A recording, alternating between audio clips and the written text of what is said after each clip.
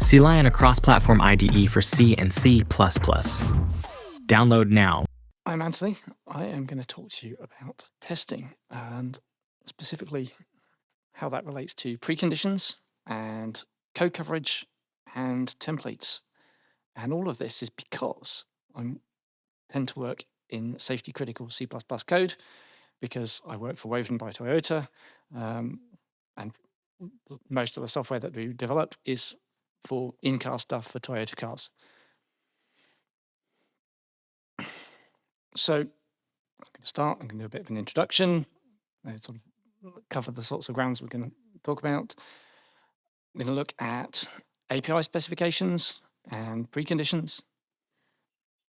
We're going to talk a bit about testing. We're going to evaluate, extend testing, testing preconditions specifically, and testing of templates, again, specifically. There's a lot of testing in this talk. And then we're going to do a summary where I tell you about all the testing we've been talking about.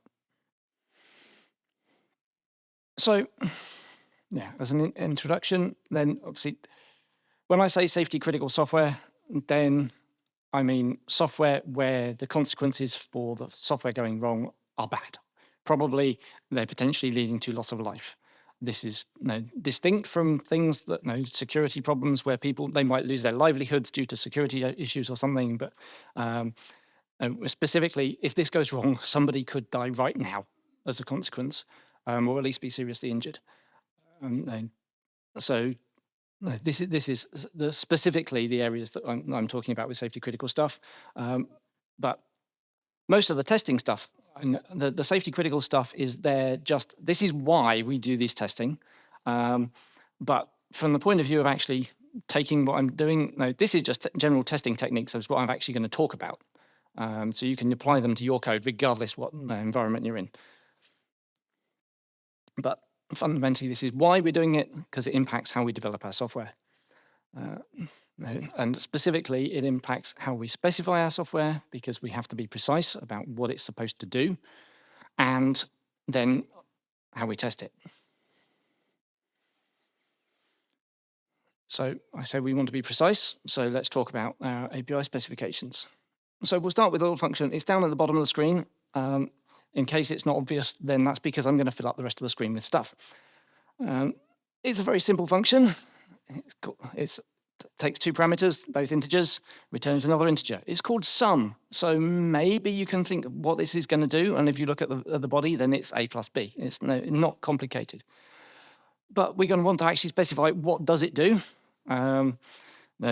And so you say it adds two integers. The first two parameters, a and b, the first integer, the second integer, we're going to add them up, returns the sum of those integers.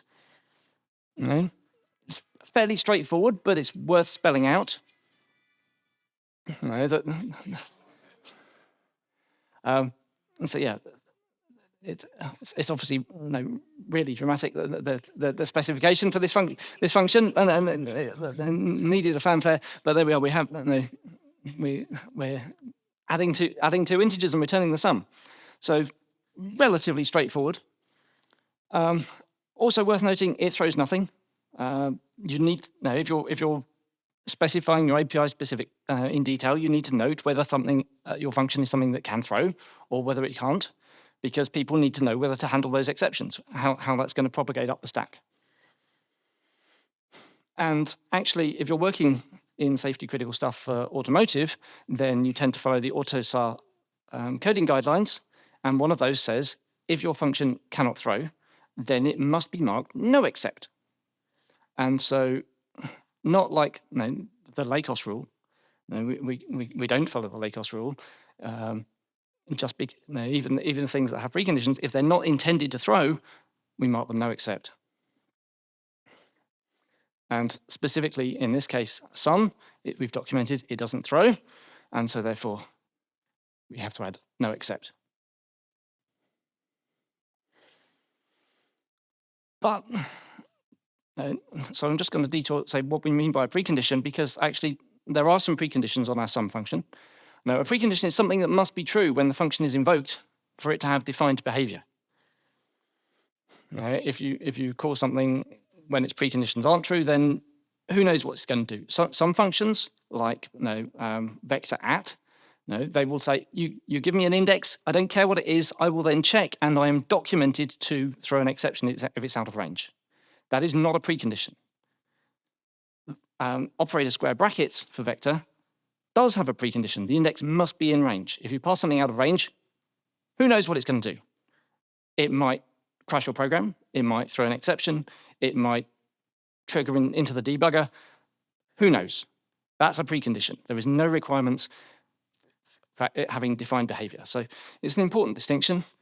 And fundamentally, if your function has preconditions, then it's a logic error. There's something wrong in the way you have built your program if you actually invoke a function out with its preconditions are false. You've done something wrong somewhere. So you need to make sure that that you fix that.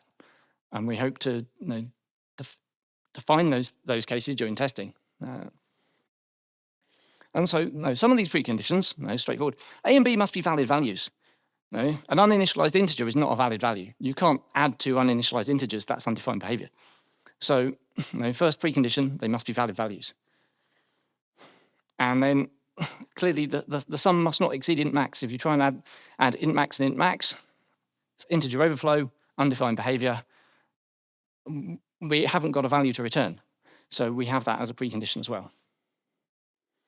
And similarly, the other extreme, we must not underflow. Okay, there's a hand at the back. Is that question? Yeah, your param A and B, the first integer, second integer. I know you do it. I know you have to do this, but it's completely useless information. Right? I mean, A is the first integer.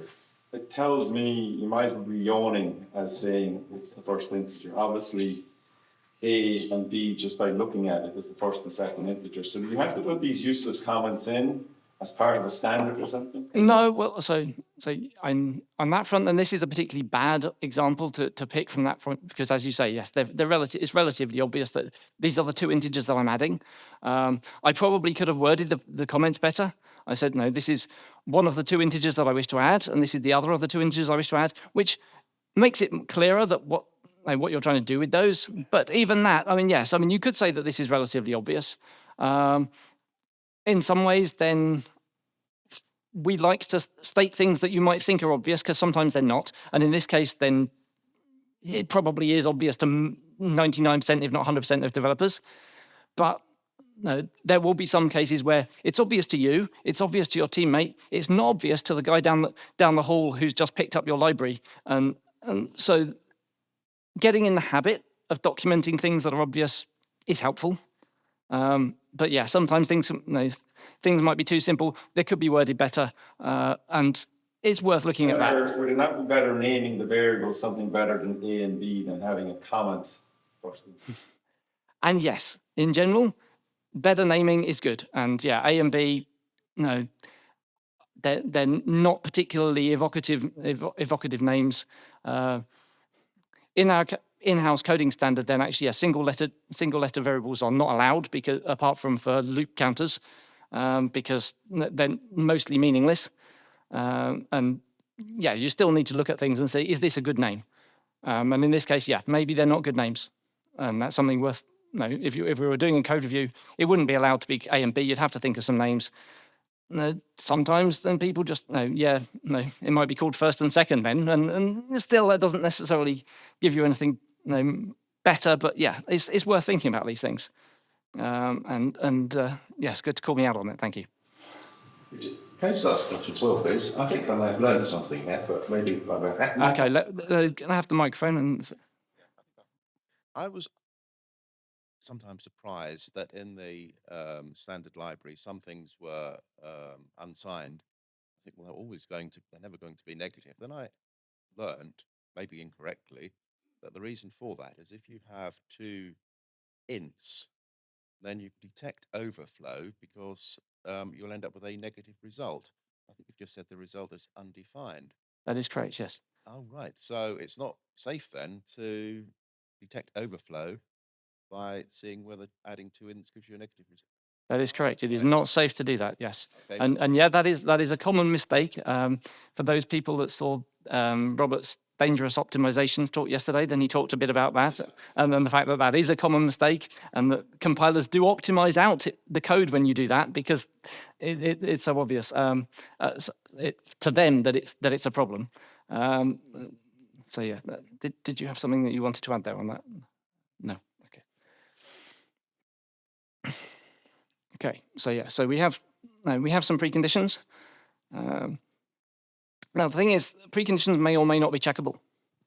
No, A and B must be valid values is not something you can check in C++ code. You cannot write a function that says, is this integer initialized? Peter has a comment. Can we have a microphone?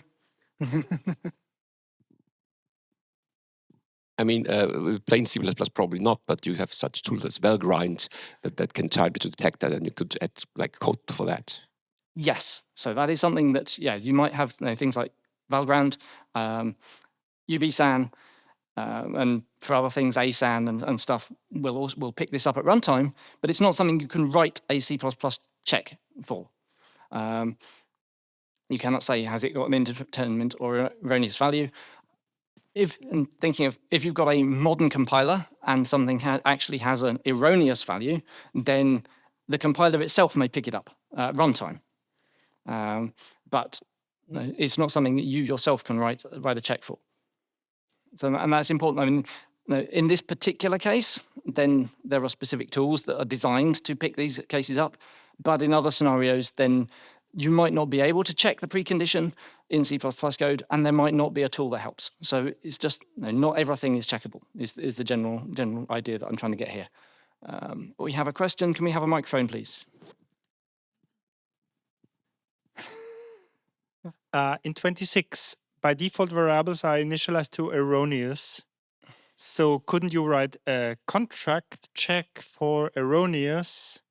No, that's not possible. No, only erroneous values in C++ 26, then either when the compiler at runtime encounters it, then either the compiler will trap or it has then a defined value that is used instead. So you can't then say, would you trap on this line? There isn't a check for that. So yeah, that's something that yeah, we can't currently do. It's possible that there might be a hook into ubsan or something that you can call to say, would you do that? But that would, again, that's an external tool rather than something into the compiler. And no, it might not be. They don't have that. So anyway, but yes, in general, there are some things you can't check and some things you can. And so, does it overflow is something we can check. We can write a function. You have to be careful not to have undefined behavior in your check function. So you can't use a does it result in a negative value to check that. So if either of them is negative, then adding them is not going to exceed the max. It might go under the min, but that's not what we're checking. So we're fine. And otherwise, then you subtract one from the maximum value and say, is there enough space for the other one if we add them up? So it's something that you can check, and here is some code to do so, which ought to be declared no except, because it doesn't throw. But if you're running a C++ 26 compiler, then we can say sum does not exceed the value. Using the new C++ 26 contracts feature. But this is a C++ 26 contract feature, and not many of us can use such compilers in production at the moment. In particular, if you're in an automotive space, you really, really can't, because none of the certified compilers will be that new. In which case, then we have to do something like this. We have a precondition macro that you stick in the function body.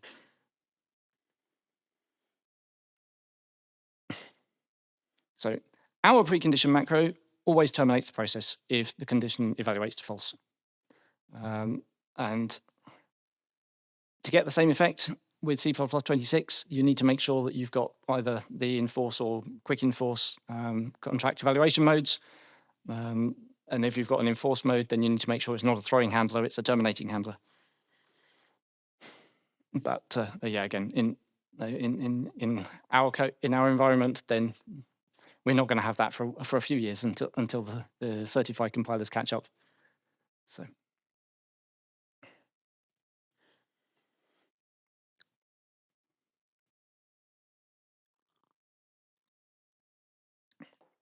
So yeah, just take an aside here about watchdogs. So if you're working in a safety critical environment, safety critical software usually needs to keep going in some way. The system needs to keep going. If you've got if you're driving a car, then you don't want there to be the whole car is composed of so many software parts running on so many different tiny little embedded chips. What you don't want is for one of them to go wrong and the whole system to come down. You want to be able to keep driving as long as it is physically possible. And likewise, if somebody's got a pacemaker, then it's going to have some embedded software in. You don't want that pacemaker to give up just because there was a bug in the code. You want somehow it wants to keep going. But you don't want to keep going in an undefined state. So usually we have a watchdog that when something goes wrong, then it resets the system to a known safe state of some variety, so that the system can keep going.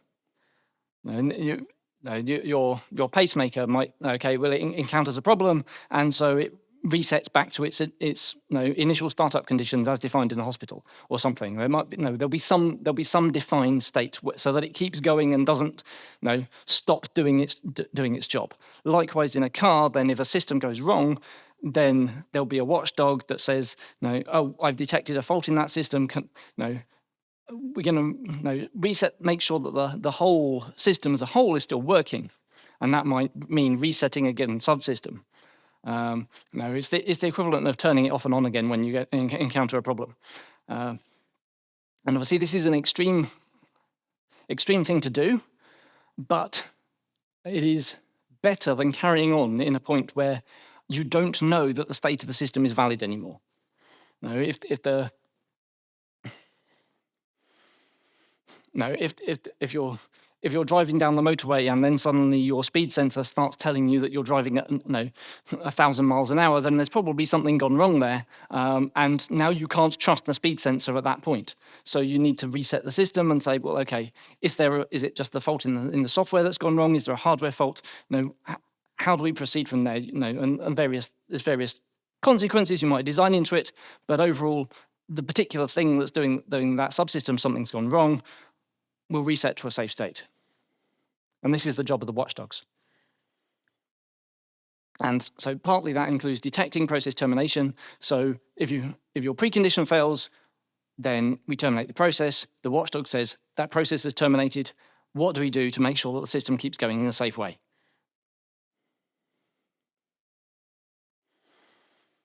And this comes back to what I said earlier about logic errors. Calling a function where the precondition is not met is never intended. In your application, you will never intend to have that scenario.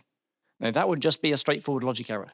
And so at this point, you don't know something has gone wrong. The system is in a state you didn't anticipate. And at this point, therefore, you don't know what has gone wrong.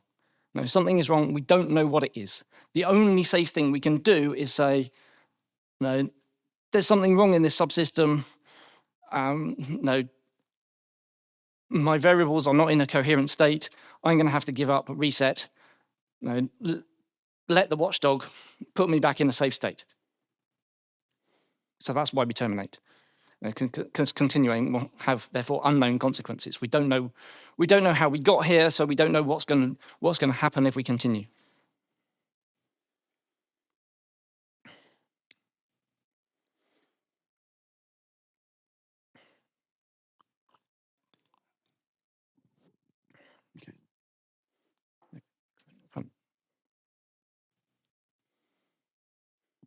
So out of curiosity, is the watchdog something like the OS in your embedded system that guarantees that the integrity of the watchdog itself is not compromised? So some kind of virtual memory? Or? So it depends on the system. There are lots of embedded parts in a car, and they're all at different levels. So sometimes on some devices, it's a physical hardware thing that you the code that terminates the process actually ends up, it triggers the hardware reset line, and it resets the thing. In other modules, then yes, it's the OS. In other parts, then it's a separate software system that you've written yourself, but it's much simpler than the other things, so you can certify it manually to a higher level and do better code review on it, and so forth. So there's a whole mix of things, but the principle is there amongst all of them. Thank you.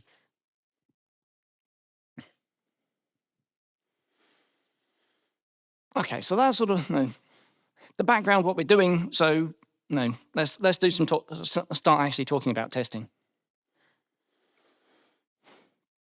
And in case that wasn't already clear from what I've been saying, it's one of the most important aspects of development for safety critical systems.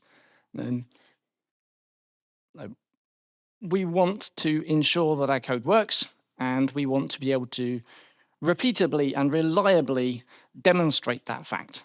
We want to provide evidence to the auditors and our customers, if need be, that our software works, and we're sure of this. And look, we can show you, we can run it, here are the tests, you can see what it is that we're doing, and you can see, look, it does work. We can run it now, we can repeatedly run it, and it runs every time. And so, well, see, that means it has to be automated. If it's manually done, then it's not going to be quite the same each time, plus it's really time consuming. And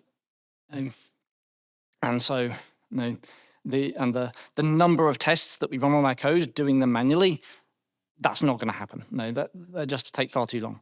So, automated testing is the way to go. And consequently, it runs in our CI system. And if you try every change you make ends up on a pull request. In order to merge that to main, every single test must pass. It's a very straightforward CI gate, but it's important that it's there. And also, as a note, every single one of the supported compilers, like I said, there's a lot of different embedded systems in a car. That means actually that there's a lot of different compilers with different versions. And we need to make sure that our code that is intended to actually does work with all the compilers for all the different embedded parts that it's intended to run in. Because the code that I write is in libraries, so it's not application specific, and therefore ends up in lots of places. Whereas if you're working on a specific application for a specific embedded device, then you might only need to test it on that one device. So, but yeah, every supported compiler. And so again, that multiplies up. It means that not only are you running your test once, you're running them 20 times. And doing that in the CI system is pretty much the only way to make that at all tractable.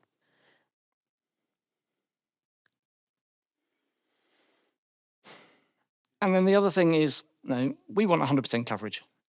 That we want to make sure that every single part of our software is tested. Obviously, there's questions what that means, because as a high level, saying 100% coverage is a bit vague. So there's various aspects. First one is line coverage. You want to make sure that actually every line of source code has a test that executes that line of source code. We want them to be meaningful tests as well, just as an aside. As Daisy was saying about replacing a test with an assert true, by stripping out all the other assertions, then it will still run the code. But if it doesn't do any assertions, then you get coverage, but you don't know whether it actually does anything meaningful. So, yeah, you have to have meaningful tests, but we still want them to make sure we cover all the lines. And so, if you've got a simple function that has some branches in it, then if you just have one test, then that's not going to cover all the lines. We're only covering one case, so you need to have another test to make sure it covers the other lines. It's very straightforward, but it can be tricky. We have an enum with two values, and we have a switch that deals with both those values, and then the default case, well, the enum will have storage that is capable of holding more than just those two values. And so in principle, No, it could, probably, probably a single byte in this case, but in principle, therefore, it could have, a third value. Particularly if you've assigned numbers to these, red is 1, green is 2, and well, what is 3? What is 0?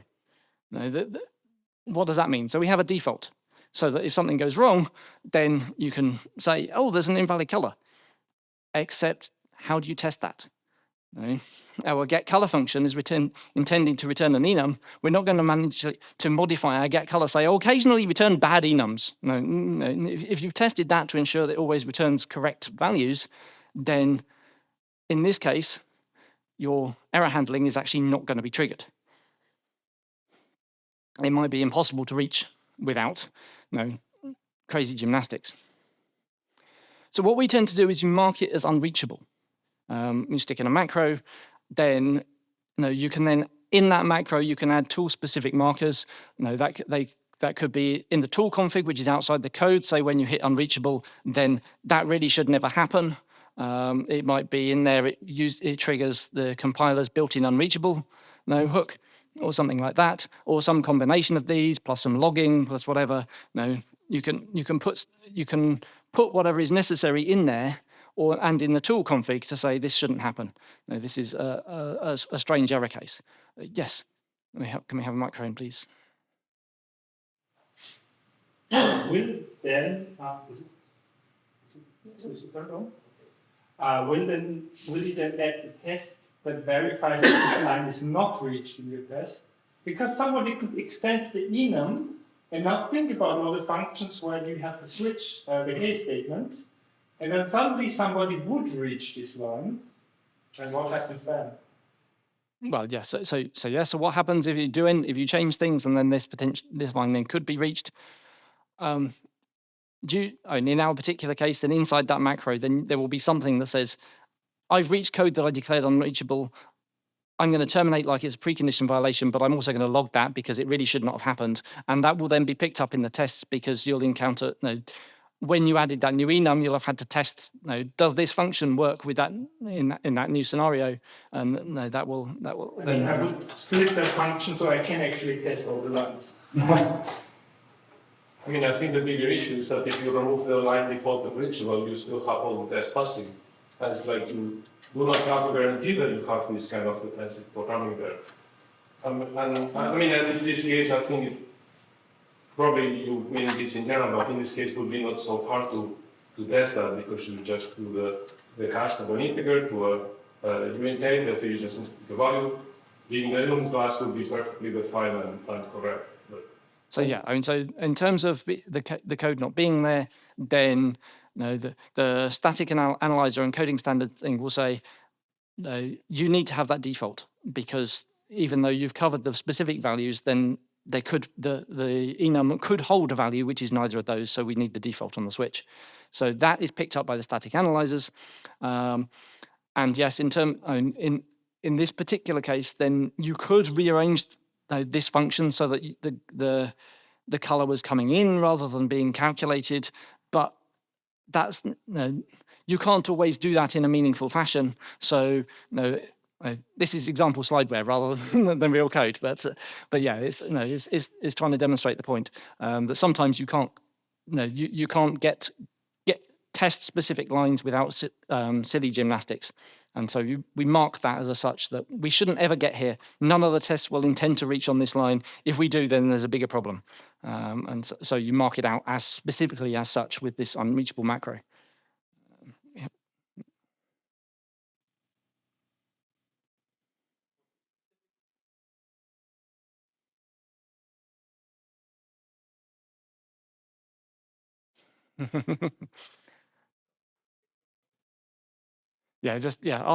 Ask loudly and I'll repeat it. But for this specific case, for safe programming, when switching on enums, the compiler has two compiler flags. One which demands that there should always be a default, and the other one is that the compiler wants you to deal with each enumeration explicitly.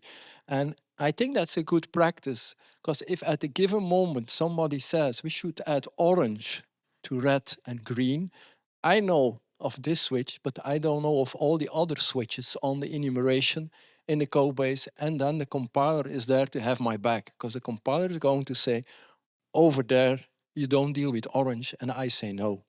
Yes, that's correct. Yeah, I mean, again, you're right. That is something that compilers and static analyzers can pick up. Is have you covered all the cases? And often, and even with the default, then you can set it so they still require that each of the enumerations is still covered by a case statement.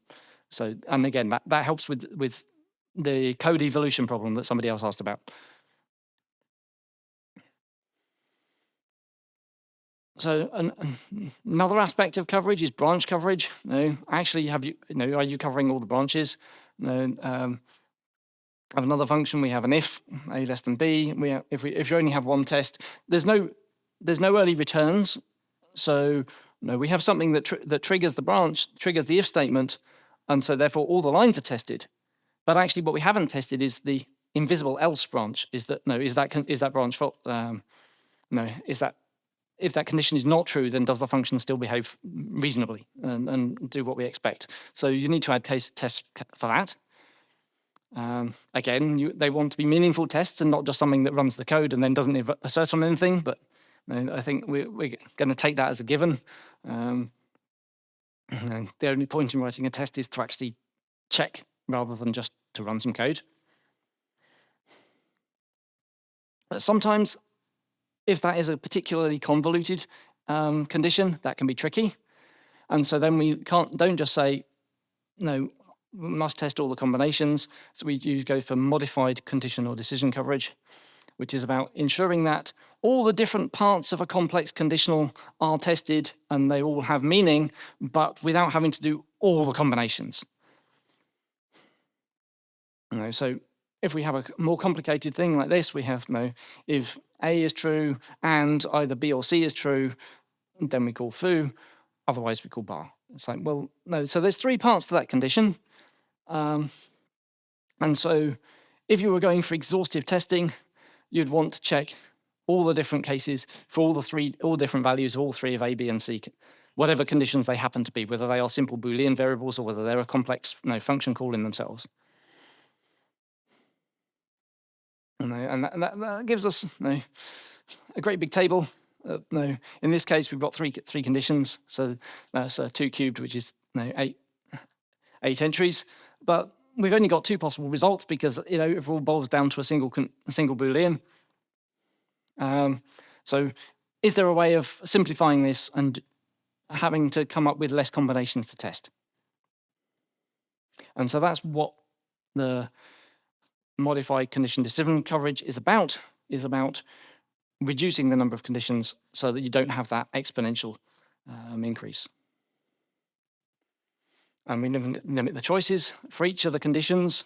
Then we say, we must find a scenario where the only thing that is different from the other conditions we are testing is that one aspect has changed and that it has an impact on the result.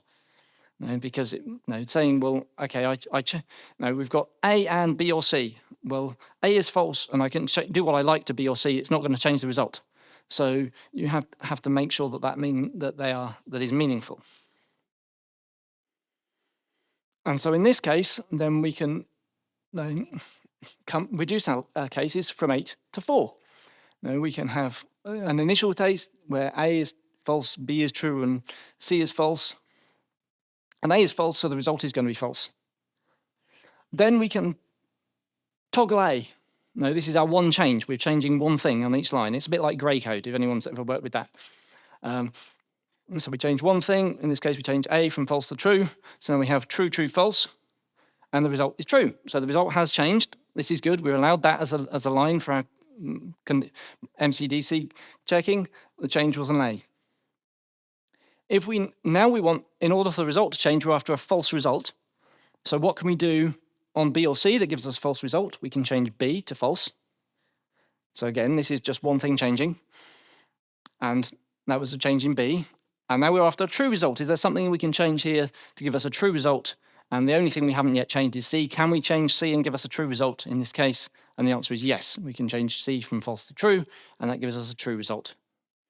And so in each case, we've now verified that changing any of A, B, or C can affect the result, because we toggled one thing and we changed the result as a consequence, and we changed each of them in turn. So they all can affect the result. They're all meaningful, and all the options therefore have been tested. And so we can use that as an approach to reduce, in this case by half, the number of conditions that we have to test, because otherwise we were going for 100% branch coverage, the numbers just get bigger and bigger and bigger, and so we try and reduce that where we can. Yes, we have a question. Can we have a microphone, please?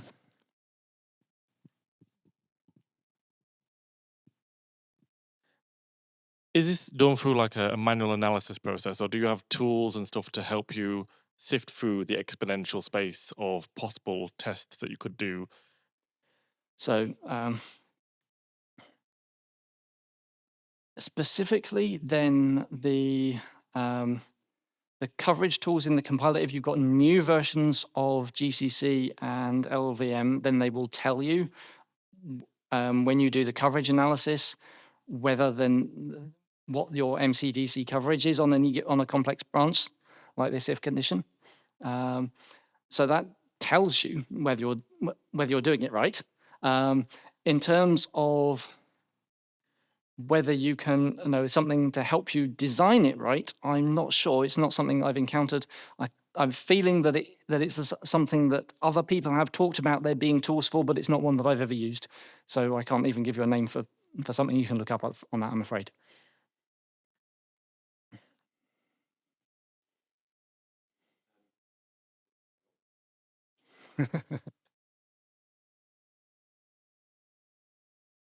It's a temperamental microphone.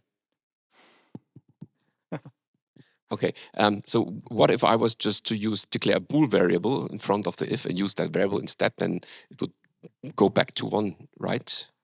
So for the if condition, it would then go back to 1, but then you've got actually a Boolean statement that then has the conditions, and they're still branches.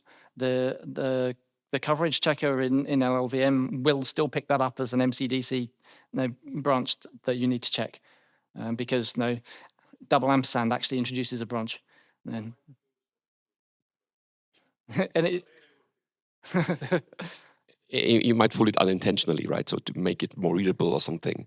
Yeah, but I mean, the coverage tools that we use don't get fooled by that, at least as far as we've ever noticed.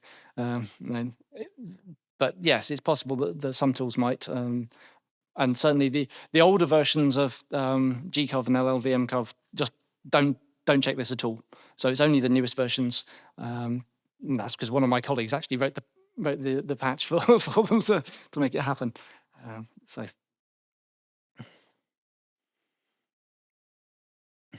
Okay, and yeah, so if you manage to achieve 100% on the MCDC checks, then that means that each of the separate components in that condition is meaningful and worth including. If you can't achieve that, then that means that one of those elements is redundant and you should remove it from your code. Or that if it's intended to have a meaning, then you've got a bug in your code because it actually doesn't have a meaning that it's there. So, it gives you some. If you can't achieve this, then you need to work out what it is that's happening in your code. Why is that? What is the consequence there?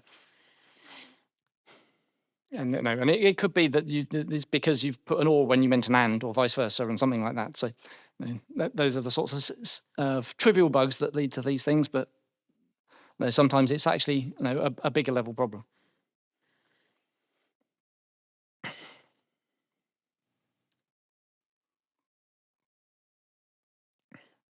Okay. So related to this is we want to check that for all that we actually have all valid values are meaningful.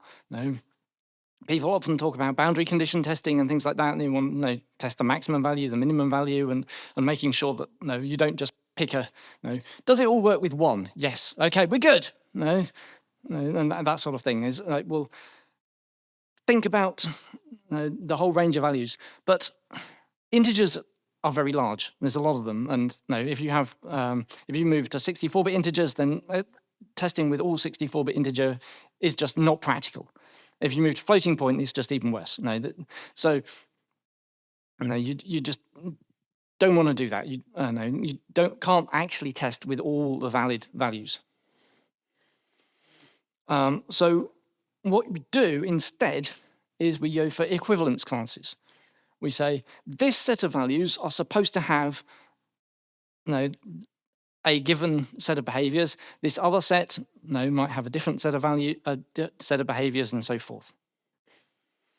An equivalence class is a category of inputs which have equivalent behavior, and it's up to you to define what you mean by equivalent behavior. It is from the eye of the person writing the specification for your function, which then you can use for doing the testing. And that might be even numbers. That's one particular class of thing, and they might have different values, different behavior from odd numbers in your particular functionality, what you're doing. You might decide that it's numbers within a given range that you're defining. Whether it's it's an index into some array. Numbers between 0 and the size of the array are valid. Anything outside that is a different category of thing you want to treat differently. So numbers out of range might be your second category. Or you might split that up and you have numbers too high versus numbers too low, depending again what it is that you're testing. You might have strings with embedded spaces as one of your equivalence classes, because that can cause problems. I'm sure that pretty much everybody who's watching this will have encountered a problem with a path that had a space in it at some point, and so you want to be able to test that behaves correctly.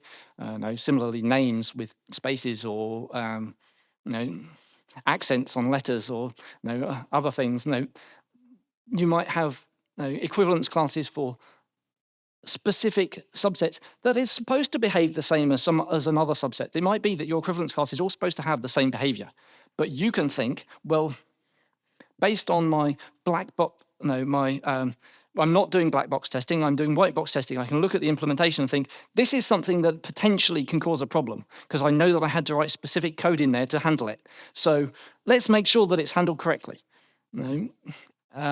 Even though the overall behavior is still supposed to be the same, then you still think, is this something, this is something that could potentially have a problem, but I want to make sure that it doesn't.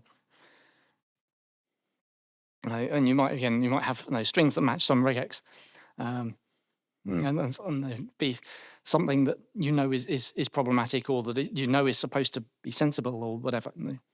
So equivalence classes can be anything. They're just things that can help you with your testing, because you can pick one or two represented values from each equivalence class as inputs, rather than saying, well, I've got to test with every possible input string. Right? That's just not viable. But instead, you can have strings between 0 and 3 characters, strings between 3 and 100 characters, strings with over 100 characters, and strings with or without spaces or whatever. You can divide them up and pick one or two representative values of each possible equivalence class and test with those instead. And again, this is something that actually most of us do intuitively when we're writing tests, because we pick some numbers, pick some inputs. You might use your date of birth or your name, or your address, or or just a random string like foo or something as the input, or 42. But you're picking something that you think is representative, and then the equivalence classes is just formalizing that and saying this is supposed to be representative of this class of input, and then I'm coming up with and then you then think, are there other classes of input that might potentially behave differently or are intended to behave differently, and then pick some representative values for those instead. And again, this is similar to the MCDC approach, which is we're trying to make sure that we're testing all the behaviors that are intended, whilst not exhaustively testing, because we can't do that. No. But you do need to carefully review your choices and make sure that you haven't missed something.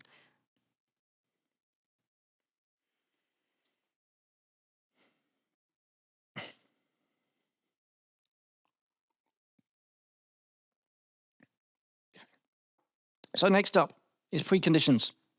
Testing preconditions. We have precondition checks all over our code. No, I showed you earlier we had that precondition macro. They are code. They need testing. No, there will be, no, that precondition macro hides a branch. It's going to need branch testing. And so, no, possibly even MCDC coverage, because there might be multiple aspects to that branch. So they need testing. And then, well, I've already said our precondition macro terminates the application. In some cases, that makes testing a little bit harder. Because we need to verify that when you run this code, it terminates the application. And that includes the test code that's running. So you need to do something tricky. Death tests is usually the word for doing this. Is, does this code result in the death of the process is what we're checking. And is a check executing specific code terminates the program. Some test frameworks actually have direct support for this. If anyone uses Google Test, then it does. You just say assert death, like so.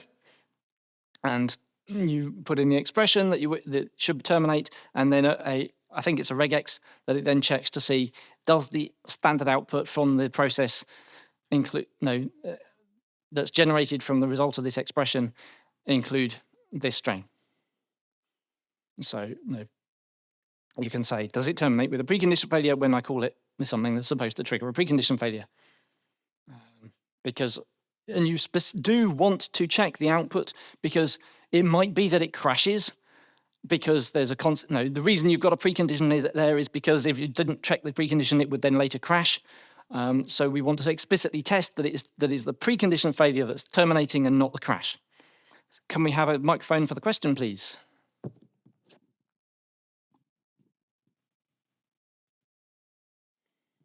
Hello. But if you have like two preconditions, you wouldn't know which one killed it, right? With just that, then yes, you wouldn't.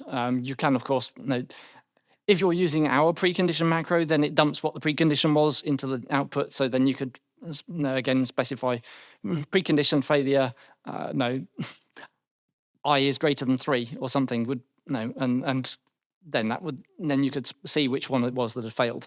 But if you've only got one precondition, then why bother duplicating the condition in the test?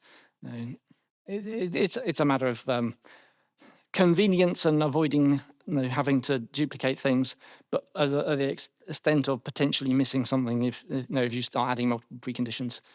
So it's something to pay attention to.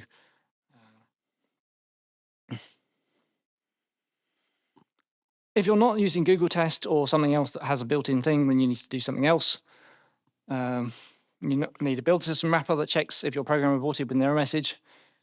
We have some of these as well. We've got some, specifically in our current code base, we have some Bazel. We use Bazel as our build system. We have some Bazel checks that say, when I ran the test on this, did it fail? And was the error message like this? But that's something I've been doing since forever. I've got 20-year-old make scripts that do exactly the same.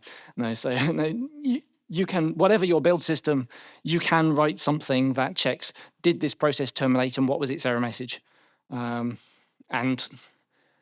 yes, it can be tedious. And yes, it is slower than in-process tests where everything goes together. But I think it's important, and it's something that we do because as a company, we feel it's sufficiently important. But yeah, you can check it. You can write a build system wrapper, or potentially if you're testing something embedded that doesn't have an OS and therefore process termination means CPU reset, then you can have put that in a test board that then triggers something on the the JTAG hardware or whatever that's attached that says, oh, my CPU reset. Okay, fine.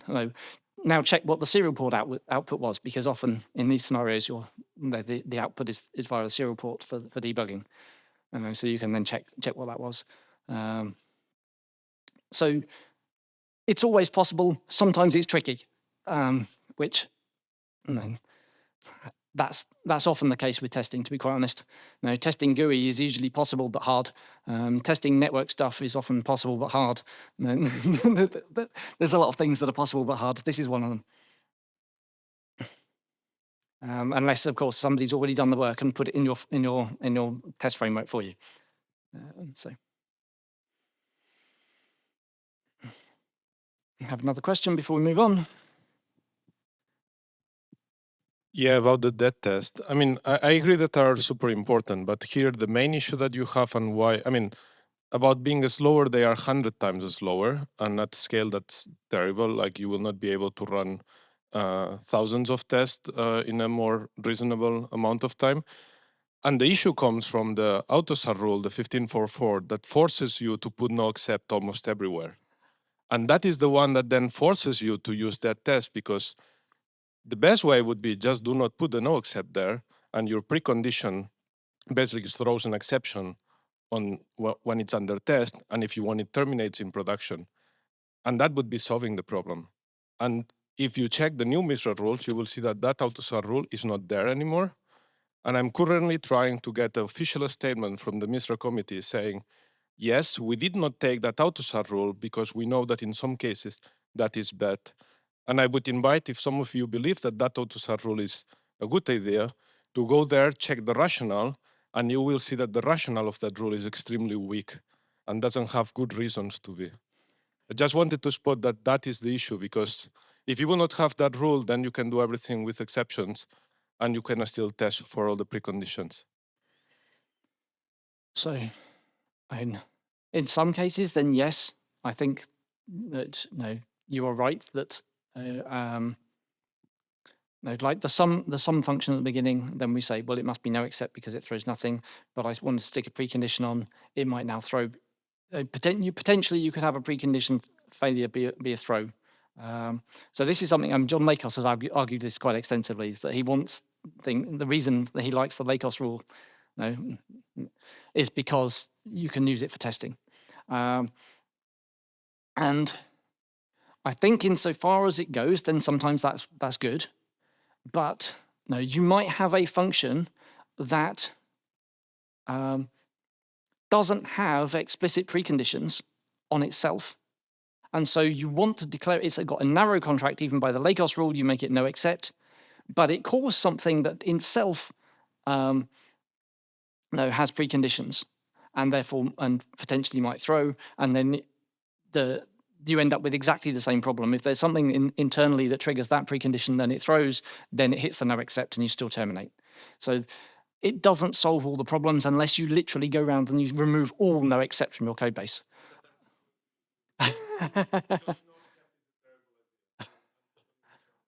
Okay, so yes. So obviously we have an argument that no except is a terrible idea, and that we have agreement with John Lakos. I'm on the other side. I think it is a brilliant idea. I actually think that this is a good plan, but that's something for discussion outside rather than carrying on here. We have another question at the front. But if you threw an exception instead, you effectively introduce yet another branch you should also test for, and this increases exponential number of tests again. So I don't know if you have to explicitly catch and rethrow an exception to admit that you are aware of the contract, or is it just passed to the next caller? Or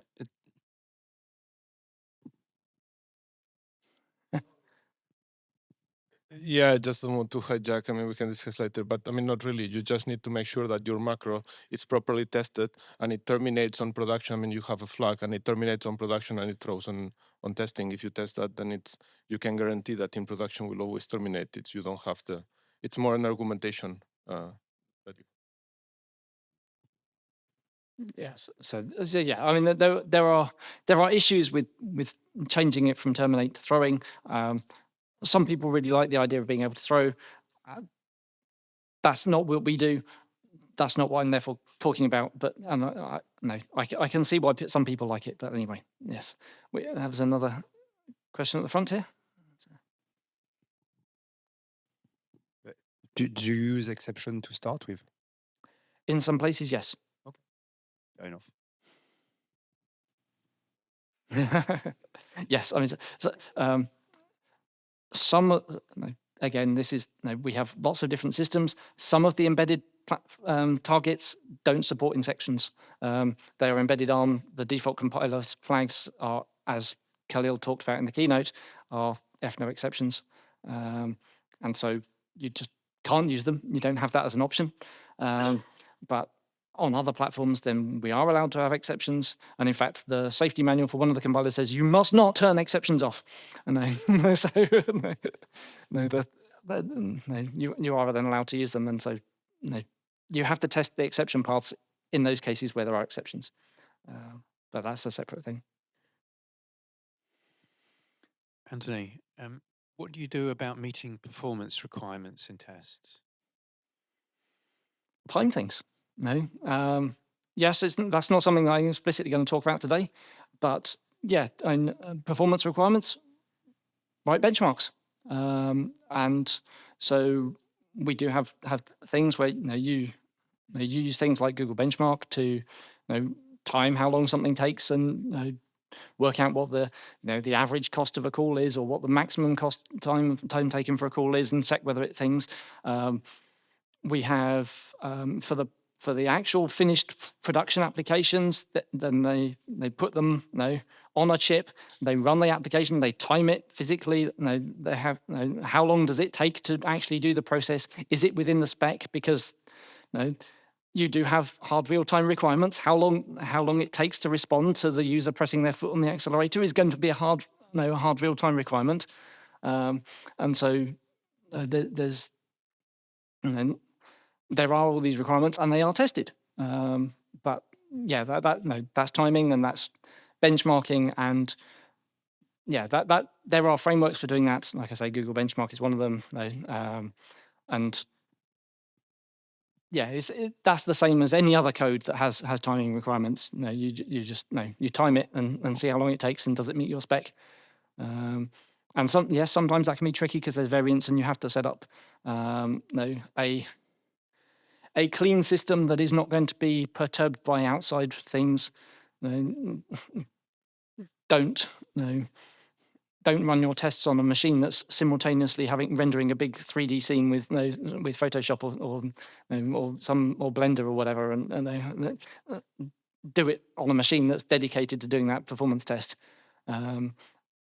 Unless then you do have specific, it must have this timings whilst there is specific other stuff happening, in which case then you need to model what the other stuff is happening and do that. But no, yeah, that's performance testing, which is, again, not something specific I'm covering today. So.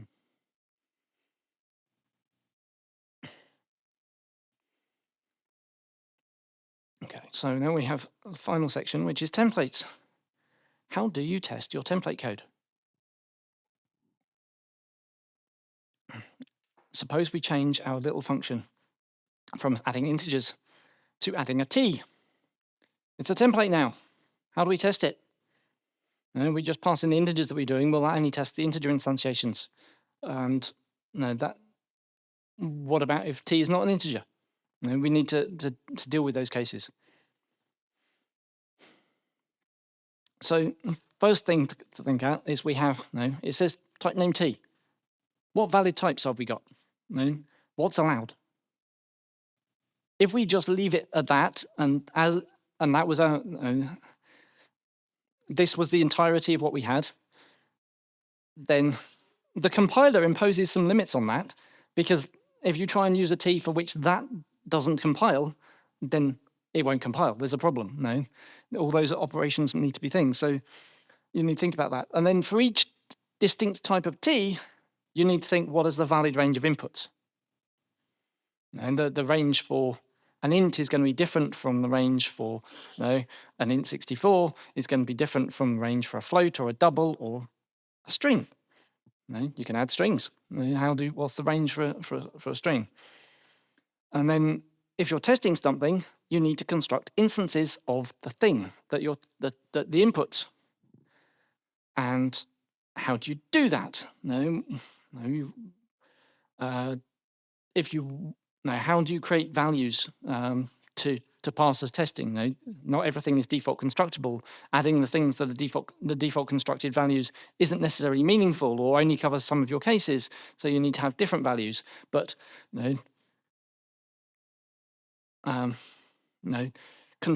just saying, oh well, I'm going to add 42 and 74 as my inputs. Okay, well, is that all kind of sufficient coverage for floating points? Or no? What about strings?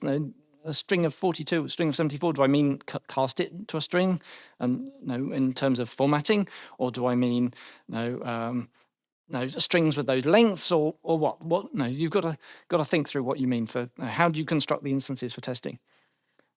And then your preconditions. My little template, I stripped the preconditions back out because how do I check? Is this going to overflow if I don't even know what the type of the thing was that I'm passing in?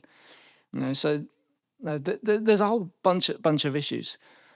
And then of course the one that comes back to bite us time and time again is even if I think about all the things, I think, okay, how do I work with strings? How do I work with integers? How do I work with vectors of strings? How do I work with whatever? How do I work with a type that the user just wrote after I'd finished writing all my tests and finished writing, and I ship my library and then the user tries to instantiate it with, my user type. It's like, how do I deal with that? How do we ensure that it works correctly? So, if this is what our template looks like, then in theory, this is valid for any type for which A plus B is valid and returns something that is convertible back to the type you passed, and for which, and is that what we want? Maybe we actually want to say only arithmetic types, and in which case then you need to say so. This comes back to our API specifications. What is the specification for what we're doing here? Think about, and the valid list of types is an important part of that specification when you're going for templates. And then so you want to stick that in with a requires clause. And if you don't have requires clauses, which we don't because our certified compilers are too old, then enable if t is the closest we've got. And so you need to build something around that. But you can still check. You can say enable if t, stood is arithmetic v of t, or stood arithmetic of t ;; value, depending on which compiler version you're using. But you can do these checks. They are harder to do if you don't have C++20 concepts, but it doesn't mean that you can't do it, and so you should do it. And at the very least, you should do it in your documentation. You should specify in your documentation what these requirements are.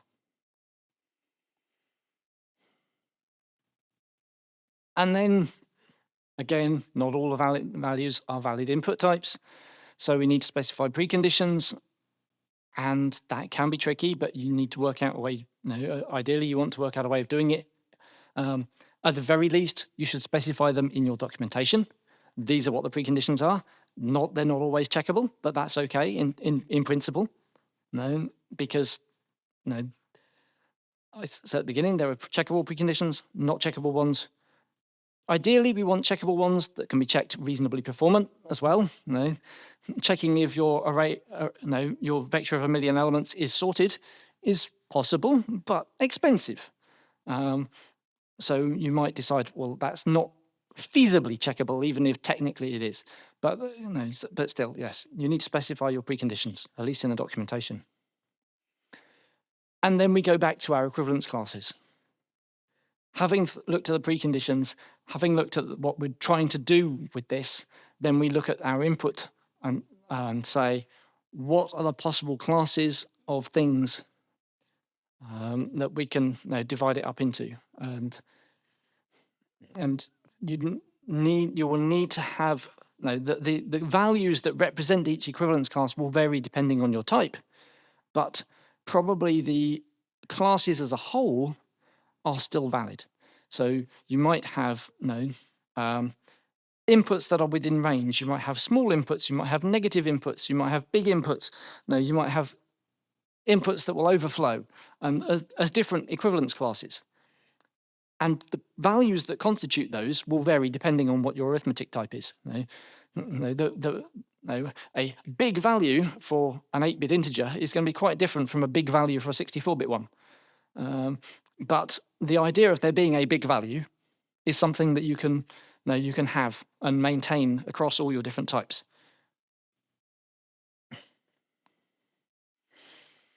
So you create equivalence classes for each possible template argument type, and then in our case, we create helper templates to create those values. You say, give me an in-range value of this type for our test. And then we pass in a differentiator. So you can say, give me in-range value number 1 and in-range value number 2. I don't care how you calculate what those values are, what the constructor parameters are, but they're going to be distinct values, please, so that then you can see whether they know how that propagates through.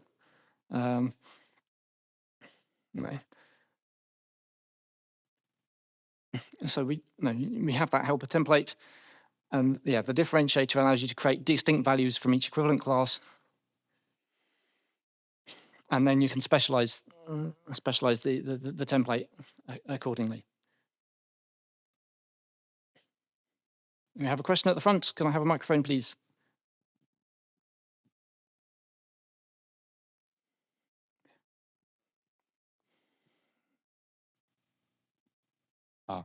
So create in-range value, is that something that you use for every single test, or is that a different incarnation for different tests? Oh, it would be a different incarnation for each test. And in this case, it will be in the sum tests. The tests for the sum function. It might be a namespace that's specific. Test for the sum function, and then create me an in-range value for the sum function. Because what is in range depends on the function that you're testing. And yeah, it would have been a long-winded line to put on. Create an in-range value for testing the sum function is a long-winded thing, but yeah, the idea is there that we have create a value for a given equivalence class specific to the thing that you're testing, and then we can write our tests in terms of these helper functions rather than concrete values. And then that means that then for each type that we're testing with, we can hopefully get our 100% branch and line coverage for our template, so we can test that it works okay. It gives us 100% coverage when we test it with int. We get 100% coverage when we test it with double, and all the different things. But the thing is that is still can potentially be a large list of things, particularly if your permitted types include user-defined types. If it's like, well, your requirement says this works with any regular type. Okay. What about all the new regular types that my customer's just written for their code that you're trying to use? Then you still need to work out how to test those. We have a question at the front. So if you have an erroneous value, this would be an equivalence class of its own, in a sense, but you have no option that the compiler will report to you what the erroneous value is if it doesn't trap, right? So you can't write tests for it. Erroneous values are tricky, and yes, you might be able to specialize your equivalence class, say, for an erroneous value, or you might not be able to. There might not be a meaningful way of doing that that can exercise the test. But yeah, in principle, you could try and have certainly that would be an instance of an out of range value would be, well, it's erroneous because it's out of range because it's erroneous. Would maybe there's something you could do there, but No, No. that's not personally something I've managed to have success with. But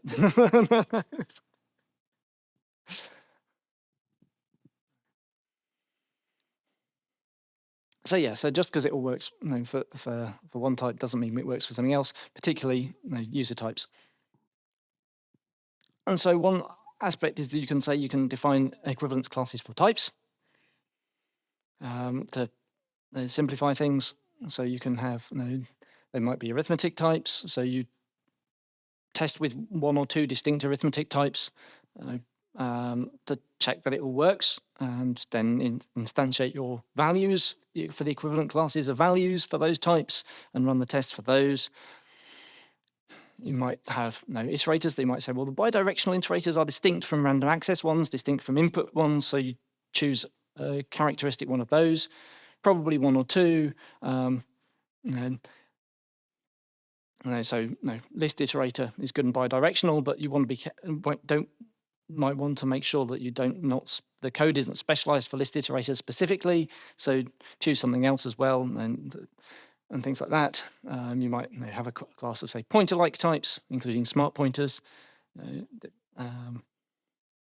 well as raw pointers. Default constructible types might be your equivalence class, depending on what the constraints are. When you looked at your template, what it was really supposed to do. What are the requirements on that? What possible categories of things? So if you're writing a container, then actually with storing default constructible versus non-default constructible might be an important distinction, and so that's something that it might end up having different behavior. Like the resize function on a vector is going to have different behavior. If it's not default constructible, then you must specify a value when you resize. If it is default constructible, then you don't need to. You can just specify the new size. So you need to think about those sorts of things. Whether there's anything that affects the behavior of your template, and then again pick one or two types from our equivalence class. And yeah, I always use something that is block scope or an anonymous namespace. So there is no way that the code under test can possibly have been specialized for that particular type. It would have to have been specialized for the category, the equivalence class that type represents, rather than the type itself. And then because we're testing things from the equivalence classes, then that's okay, because you can say, does this test work with bidirectional iterators? If it's been specialized to work with any bidirectional iterator, that's okay, because we're then testing the behavior. Does it work okay, correctly? Whereas if it's been specialized for list iterator specifically and doesn't work for another bidirectional iterator, then that's a problem.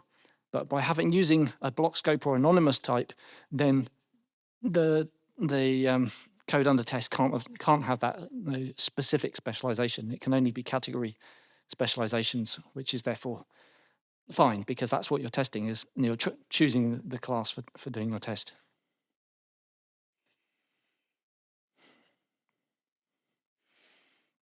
So what about arbitrary user types? It's all very well saying, well, we're going to test with equivalence classes, but actually you might be that your user says, well, you say you work with any default constructible type or any regular type or any bidirectional iterator or any random access iterator or whatever. But what about my specific one? I want confidence that it really does work with this particular type. How do we test that? And actually, if you've gone through all the process of doing all the previous tests, this isn't too tricky, because you've already had to have your tests be parameterized in a way that means that you can test them with the different equivalence classes. And so you end up with something like this. This is sort of essentially how you do all these templated tests on distinct types, is you make your tests parameterized. If we're using Google test, you spell it type test P. Other frameworks will have slightly different spellings, but the point is that the test is parameterized on some type param. And you don't know what the type param is when you write the test. It is then provided later as part of you instantiate your test suite with some type. So we use our helper functions to create the equivalence class values, create an in-range value for type param, and we use the differentiators to say, give me 2 in-range values, and then I'm going to add them up. And in this case, I'm going to check that it is equivalent to doing the sum directly, because that's what my function is supposed to do. It's supposed to do that. So I'm checking that it gives you the equivalent values. And so you can do this for all your tests, and then you can do that with the parameterized things. And then you can then instantiate your parameterized suite with the user type, and it all just works, provided that the equivalence class creation functions have been suitably created.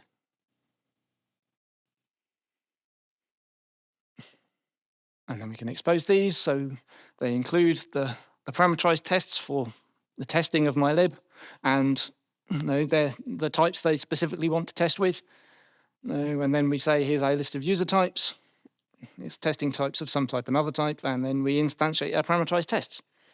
That's what it looks like from the user side. And they compile this and run it as part of their test suite, and it's all good. It runs the code, it tests it, they will get proper coverage checks, and they can be sure that our code works correctly with their types. The specific spelling of the macro will probably vary depending on your test framework. You might have to write it yourself if your test framework doesn't provide built-in support, but no, it's not an epically complicated thing. And it means that then users can then have that confidence. And sometimes, for the high-level safety critical stuff, they are required to have this confidence. They need to be able to say, yes, we have 100% test coverage for our type with that template. And because the auditors will say, otherwise they'll say, how do you know that it works for your type rather than something else?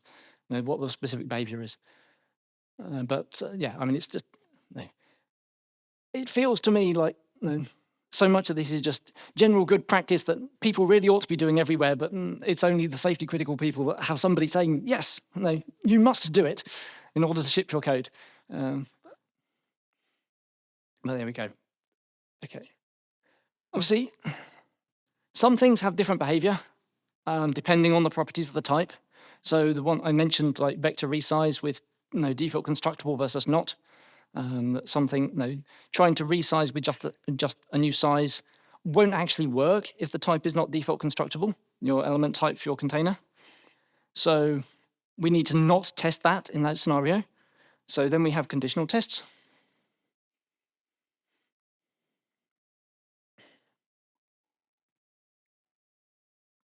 So in our test suite, we spell it here we have a conditional prefix, conditional type test P, and then we specify that what condition is. Again, it's based on the type param. And so then then you can just stick this in your test suite. If the user passes in a non-default constructible thing as part of their test, then it will just say, oh, well, I can't test that because this function won't work. And it won't compile, so I'm not going to test that it does compile. So we have that condition there.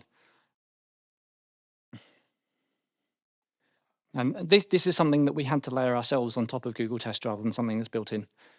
But again, it's not epically complex macros.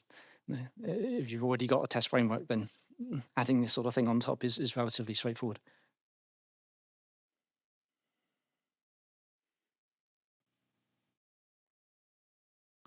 If your template has multiple template parameters, which lots of them do, then you need to do all this sorts of thing for each combination of template parameters.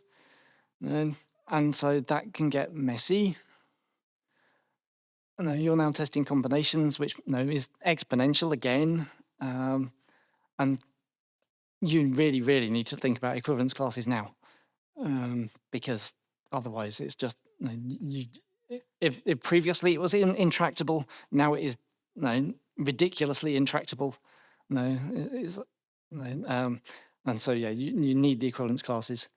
And then it suddenly becomes reasonable again. You might, you've gone from testing with 3 equivalence classes to testing now with combination of 3 of that type and another 4 of that type. So now you've got 12 combinations to check, but that is better than the infinite combinations of all the different things that could meet those equivalence classes. I have a question, so can we have a microphone? Can you do something like MCDC but with types?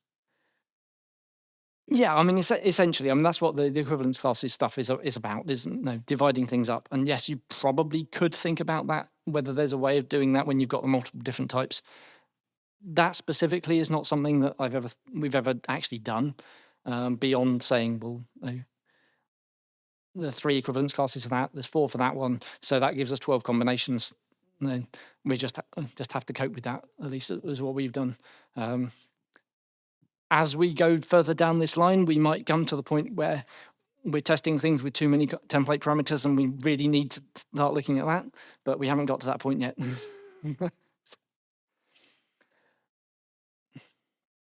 And then when you do your parameterized tests, then you then test with a template argument set rather than a specific type param. You say, I'm going to test it with type 1 and type 2, and then different combinations. So yeah, we've got 2 types for each here, and so we got 4 combinations. And again, we've got for each parameter, parameter n, and then type 1 and parameter n of type 2 are different equivalence classes for each of each parameter. So you pick representative values from each, and just write out what the combinations are, and then somebody can look at that as a list of combinations and evaluate whether they think that is reasonable, whether it maps correctly to your equivalence classes. You might stick some comments on, name the types equivalent properly, or with using declarations to say where that type comes from, what equivalence class it represents or something. But yeah, the combinations get big quickly. And in here, obviously, I've just used type name ... a variate template.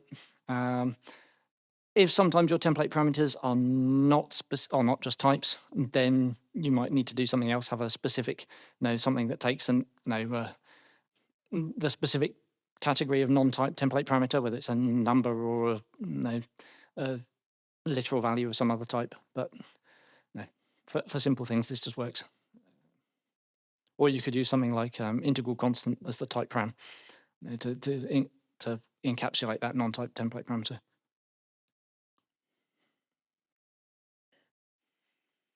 Okay, so we are coming to the end with a summary. So yeah, safety critical software means lives are at risk, and so we do a heck of a lot of testing. And we have a requirement for 100% test coverage, and templates make this tricky. So yeah, equivalence classes are the big tool that we use to help make that tractable. To pull down the possible ranges of values that you're trying to deal with, and then exposing the parameterized test to the users so they can say, yes, does it work with my concrete type? And the answer can then be yes. They can tick that box and say, yes, I ran the tests with my type. It did work. Everything was fine. I now have confidence and evidence that I can ship to the auditors and end users and say, look, I really did test it like this. It does work. And then in order to make that work, when we make our test conditional so that we can still run the whole suite, even if some specific tests aren't applicable for any given type. Okay, so there we are. Any final questions? Anybody? And there is one at the back already.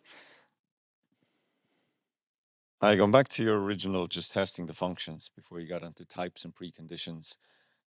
Is it the case then, because I see you saying, well, we have to hit every branch, that you're essentially white box implementation testing, which would seem to make your tests brittle? Is that just the cost of doing business in the safety critical space?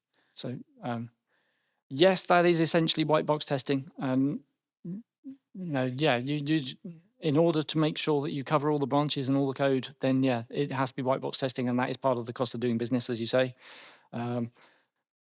You re-implement it, you do a better implementation of some function somewhere, right? Test break all over the place because they're checking every branch, but those branches don't exist there. You've moved it around somehow, right? Yes, there is a potential for that, but it depends because what's more likely on that front is that if the overall behavior hasn't changed. Oh, that's behavior driven, right? The testing, if you're testing scenarios, but it seemed here when you're like checking every single branch of code is that it's more like the white box implementation. So yes, it is white box testing, but if you're testing it through you're testing the implementation, but you're testing it through the public API. So if the overall behavior of your function hasn't changed, then the test will still pass, but it may or may not now give the correct branch coverage is more likely what will happen. Right. And so you now end up with redundant tests that test the same thing twice because they're testing a branch that no longer happens. Or you might find that you need a new test with something slightly different because you've now created a new branch internally. But that then shows up in the coverage responses rather than getting test failures is usually what happens. Obviously, if the reason you evolved your function is because you did change the behavior, you might end up with test failures as a consequence. Well, let's have a concrete example. Let's say I have some class and I feed it in a list of strings and I give it some sentinel value. And on the other side, there's a thread that's going to feed that out in the same order and tell you I'm done, right? Really, all you want to test is you put strings in to come out in the same order. Yes. But if you're looking, well, inside the code, I want to make sure I create this. I want to make sure, you're looking at the implementation detail. It doesn't really matter from the tester outside, right? That it just gets the strings in particular order. But if you're doing the white box testing, you're making sure it's been done in a particular way. So yes, and there will be some things though. So as a concrete example from our code, for example, then we have an implementation of something that we have a map-like container, and one of the member functions is lower bound. And so we actually do have testing on there that counts how many times it does the comparisons, so that we can verify that it does have that the logarithmic behavior. If you change the implementation of that, then you might end up where the count has changed by 1 or 2. Even though overall it still has the logarithmic behavior, then the count has changed. So you might end up with a test breakage and you need to say, well, okay, the number has changed, but overall, does it respect the thing? No, you have to do the review and check that the count is there. So yeah, it is something that you do encounter, that you've changed the implementation and it's changed. Hopefully on these things, mostly it's like, well, the count's gone down one because we found a better, slightly more optimal implementation that saves us doing one more comparison or something. But it is still a breakage in the test, and you have to do that review. But it's not too onerous, really. No. So, okay, there's another question in the middle here. Can we have a microphone, please? So in the case where you actually do this kind of refactoring because you found a better implementation and you have redundant tests, like additional tests that are actually useless because they go in branches that doesn't exist anymore. Do you have a way to remove them, or actually are they staying there and just being dead code? Yeah, mostly they stay there. The incremental cost of having a couple of additional tests that are no longer strictly necessary, but they still verify that it works under circumstance, isn't that much. Occasionally, then you might, if you've done a big change, then you might review the tests and say, well, actually, those 3 tests taste the same thing. If I remove one of them, does my coverage go down? And if the answer is no, then you can leave it removed. But mostly we just leave them there. Like in some sense, it's like over testing is not a problem. And in fact, actually, as somebody mentioned that might have been Daisy in her keynote yesterday. Then it's like, well, if you start using LLMs to help you with your coding, then over testing can be a really good thing.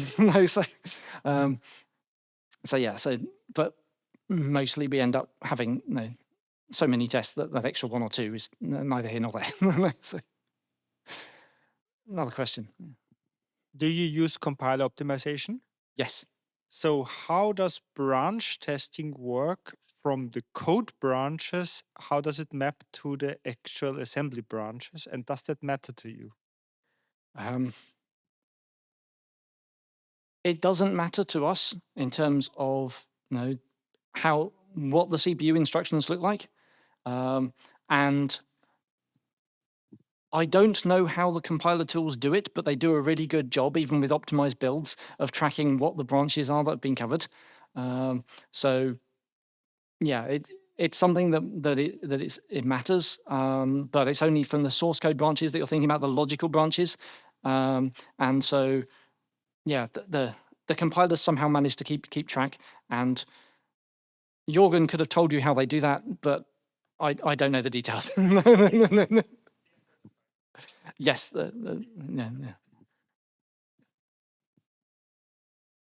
Thank you. Just one quick comment. One thing I always try to do is for the in-range testing include extreme values. And I think there's the most chance of picking up an error if there's one, like an off by one error or perhaps a less than, whether it should be less than or equal to. But my real question is, someone has to work out what the expected values are put in the test. Is that left to the developer? Then that's confirmed at code review? Or is there someone completely independent who maybe knows the spec well, who can say what the expected value should be to put into the test? So yeah, I mean, obviously, yeah, that's a good question, and it's a combination of things. So depending where the requirements come from, then if the requirements are coming from a customer, then we can talk to them about, well, okay, what are the extreme values? What are the expected behaviors at various points? And they will then be, documented in the requirements documentation, and then we'll then transfer those values and conditions over to the tests. If they're internal specifications that, because we need a thing that does this, and so this is what we're writing, then we come up with the values and we think about them. And so yes, they all need to be thought about. You might have an equivalence class which is maximum possible value of this input or something, if you're doing the templated stuff, and then but yeah, there's you need to think about those cases. You're 100% correct in that, and yeah, where they come from is combination of developers thinking them up and talking to customers, depending on quite the context. So one of the tools in my toolbox has been using mutation testing in order to find more test cases that have been missing. With MCDC, is that actually still required, or is it actually complementary? So I think, mutation testing is never going to be required, but it is something that can help you generate test cases, 100%. It's not something that we currently do, but it is something we've often talked about doing, but you need to make sure that you've got a tool that you can use that works reliably and you can integrate into your system, and that's not something we've ever properly researched. But yeah, I mean, I can see that you can that it will help you with doing your MCDC testing, because it will do the mutation and say you haven't got something that's going to test this branch, and so you can and make that more concrete as opposed to just the coverage report that says you've only got 20% of your branches covered on this. And it's like, okay, how do I fix that? No, it's like a good mutation testing tool will tell you which cases have not been covered. You still need to work out how to write a test that generates them, but it helps you get there. So yeah, I think it's more a complementary thing that you can use to help, regardless of what your testing strategy is. But you could also do that maybe with just like a normal fuzzing approach plus a report. So if the fuzz gives you an example which gives you a new CDC case that you weren't done from your test set, that gives you an example. So the fuzzing plus a DC report gives you those cases without the need for the mutation testing as the other alternative approach. That certainly is an approach. I mean, that is something we do use the fuzz testing. We have overnight jobs that do fuzz testing because they take a while to actually properly fuzz all your inputs. But it's mostly it's a complement. It's a different approach, and like I say, it's not something we actually use, is mutation testing, but we've always talked about it because I can see that there's value there to be had there, and help us generate that code coverage by saying you've missed the test for that, but not something we've had a problem with with doing such. We haven't been able to do it manually so far, but yeah, maybe it would have made things a little bit easier sometimes. Another question. Two small questions related to the compilers. You were saying that MCDC, LLVM, and GCC with newer versions can pick this up. The first question is, what are newer versions? And then secondly, you said we need to use certified compilers, and they seem to lag behind to non-certified compilers, while at this moment safety there is a huge urgency. The language is working on that. For example, in C++26 we will get the security profiles. Is there something moving in those certified compiler worlds so that they don't lag behind too much? Because if the better things are available, but your tool is not giving them to you, it might be even worse than using a non-certified compiler. So yes, I mean there are definitely moves afoot that I'm aware of to get more recent compilers certified. So on that front, then having the tools are coming, they will get there. They might take all the vendors try and get new compilers, but it's what the time frame is, and that it can take a while, and so that is a pain. But we're not limited to testing with the certified compilers. So we test all our code with Clang 17, for example, which even though we can't use that on any of our target platforms, because it provides us with additional things, and one of which is the LLVM coverage stuff is in Clang 17, I think, and so that's where we get that from, and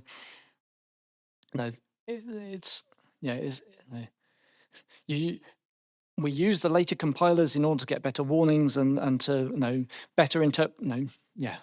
They fix some of the compiler bugs in the older things, so they have more correct interpretation of the code, and so making sure that we're not relying on compiler bugs from the other compilers is a very important aspect of that. One of the things, you compile across a dozen compilers and that one complains, then you need to make sure that you work around that without also breaking things for everything else. And so compiling with the modern compilers helps with that too. And yeah, so it's we use the modern tools for testing purposes, but you just can't ship with them.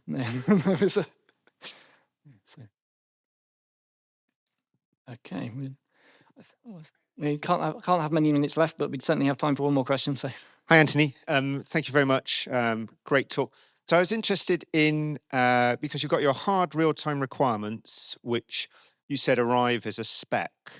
And then obviously you've got coverage, you've got obviously 100% coverage, you've got performance tests. How do you have the sort of traceability between what, obviously comes out of the testing team and what you guys do, and how that satisfies the hard real-time requirements? If that makes sense. So it's almost like, I'm kind of asking what is, the sort of definition of done as such, or, but... Yeah. So no, it's a good question. It is an important thing, and you need to make sure that there is that traceability between the tests and then the requirements that they come from. Yeah. So you can say, well, this test is testing that requirement, and particularly for the performance tests, then you can say this performance test is testing that specific performance requirement there. For the library stuff that I tend to work on, then that is harder to do, because the hard real-time requirements are actually on the end application. The code that's responding to the steering wheel, or the responding to the pedals, or responding to the signals from that the car's giving them, that's where the requirements are. But what does that mean for the performance requirements for your sort algorithm? It's like you can't pass that through. So instead, what you just have to do is you put the hard real-time requirements are in on the behavior of the particular feature that interacts with the hard real-time system, and then that filters through, it's like, well, in order for that to meet its time constraints, then you can't be any worse than this in order to, when you're doing the sub operations, and then eventually that percolates through. But yeah, that makes it very hard to do that traceability, for the low level stuff. But yeah, for those things where we do have concrete requirements on specific things, then yeah, you need to make sure that the tests map to the requirements, so that all the requirements are tested and it's clear when this test fails, which requirement does that relate to, things like that. Yeah, no, that's great. Thank you. That was the sort of missing piece. Thank you. Okay. I think we are out of time, so thank you very much, everybody.